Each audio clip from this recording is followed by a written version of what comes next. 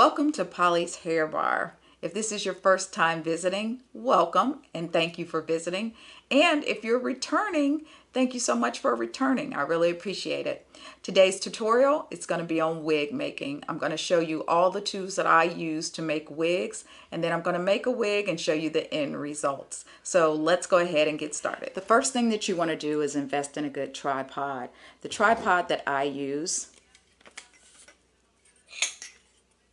it has feet, 3 that open up where I can stand on these, put my feet on these when I'm working so that the tripod doesn't move around on the floor because I work on wood floors. Second of all, I love this tripod because this ball head, once you tighten this up, it doesn't flip, flop, fall over, or anything like that. So again, I love this tripod.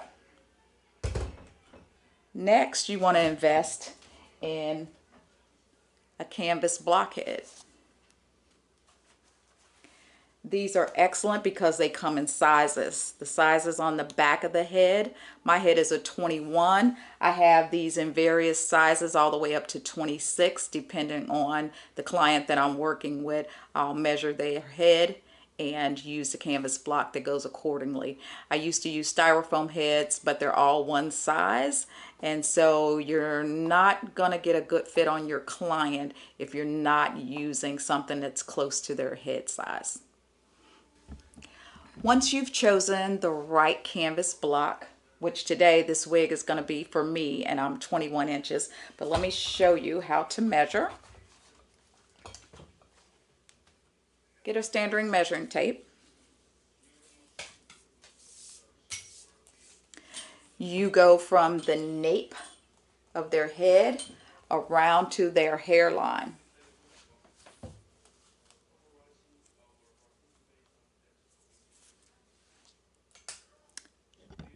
Let me get a closer shot of this for you.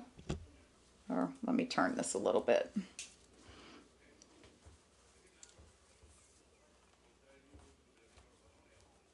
This head is 21 inches.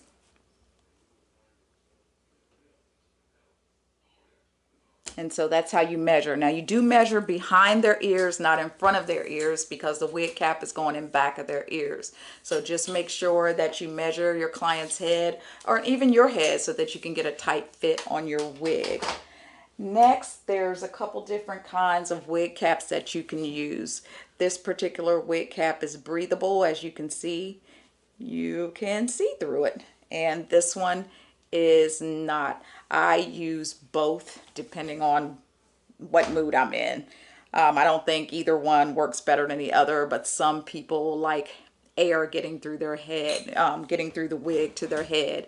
So if that's you, then just make sure if someone's making your wig or you're making your own wig, be sure to use the proper wig cap.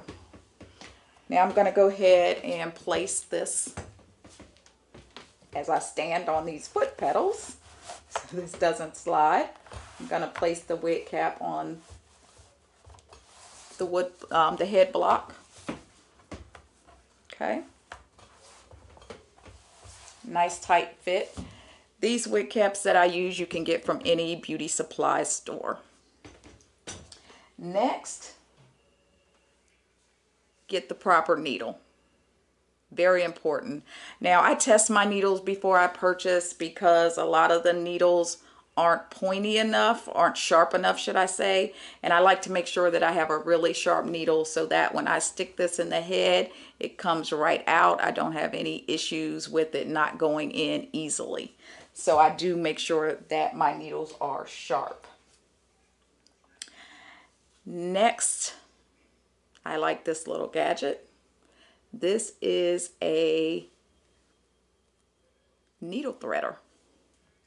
And because I wear glasses, readers, a lot of times I can't see this hole. So you just stick this through your needle hole, which is a lot easier than a piece of thread. You stick your thread, let's see if you can see that.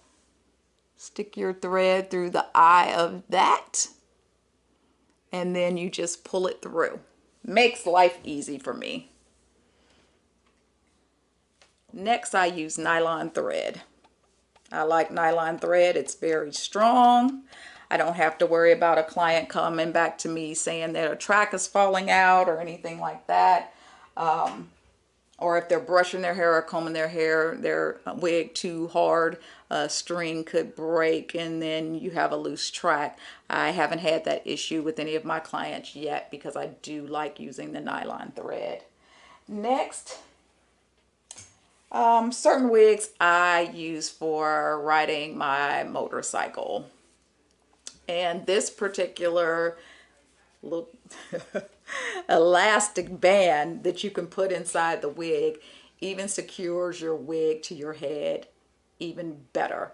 So if you're going to someplace where you don't want it to shake off or anything like that, but this cap makes your wig pretty secure. However, you know, I do add these in my wigs, clients' wigs or whatever, just to make sure they have a good tight fit. And the way I measure this to make sure it's tight, I measure from the back of the nape. Well, the nape is in the back.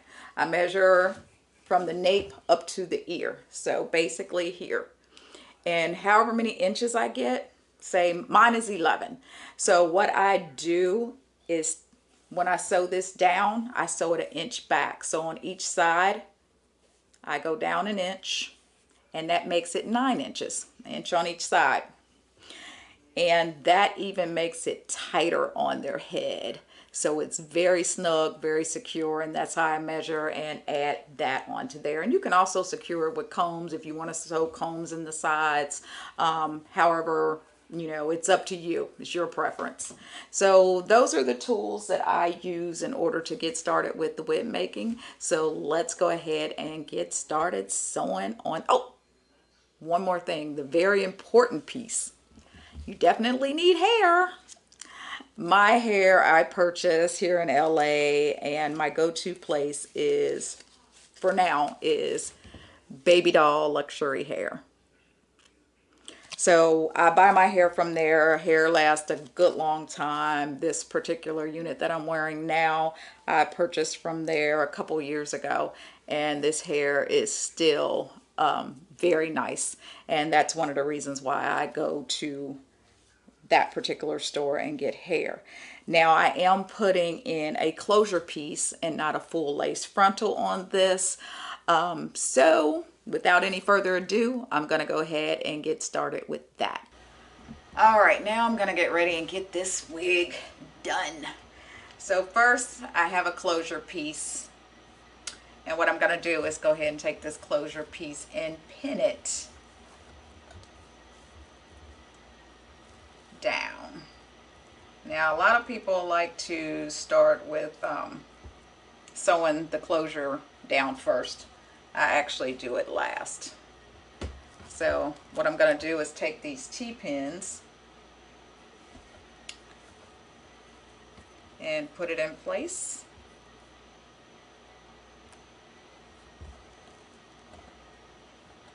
And the reason I do it last, just in case I want to adjust it and maybe move it over some or whatever I may want to do. I just like sewing it down last. Just my preference.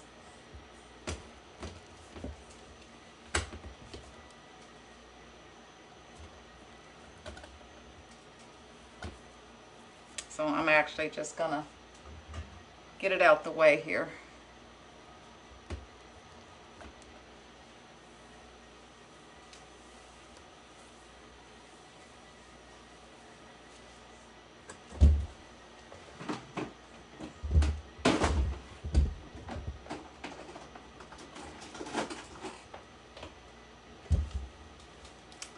Put a clip on it. And so it's basically just going to sit like this.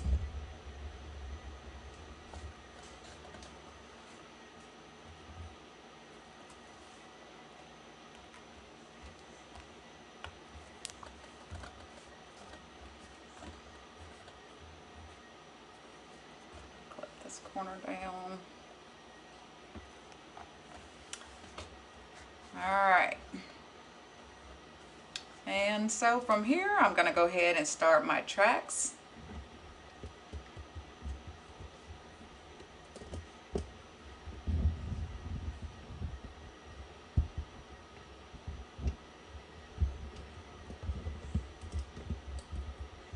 And I do start with that in the back of the head and just layer all the way up to the closure.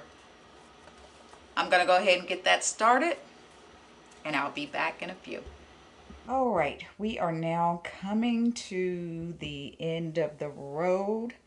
Have just a few more rows to put in, and then we're gonna go ahead and close this up. My closure has not been sewn down as of yet. I'm still waiting on placement. I don't know if I'm going to move it over a little bit just to give me a more definite side part, or what I'm going to do, but I'm going to play around with it for a little bit. Go ahead and do a few more tracks, and then I'm going to play around with that a little bit, and I'll be back with the finished product. So now I'm finishing up. I'm sewing in the closure, and I do my closure, I sew it in last because I like to sew it to where it's almost a seamless effect. So basically it feels smooth, it's laying down, you don't see the track, just thread is there.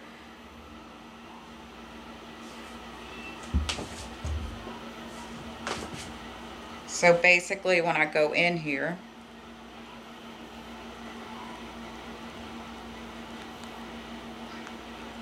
I'm going through the cap. Take this pin out here, move it down a little bit.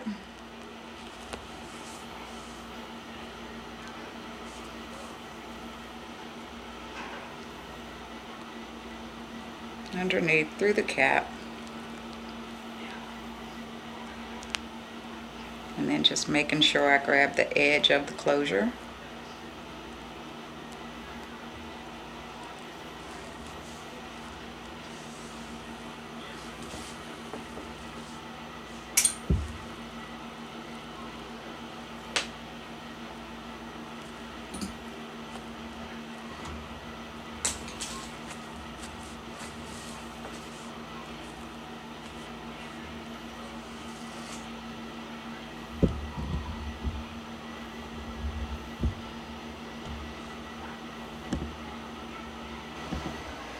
Okay, so finally we are finished. The wig is going to be styled, shampooed, and conditioned before I put it on.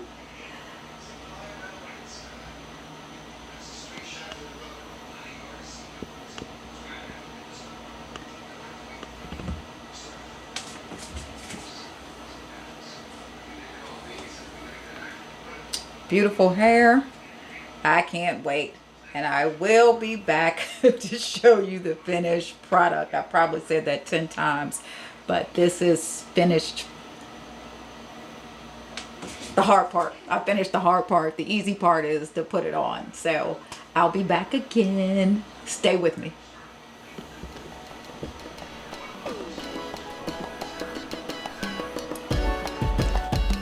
So this is the completed unit.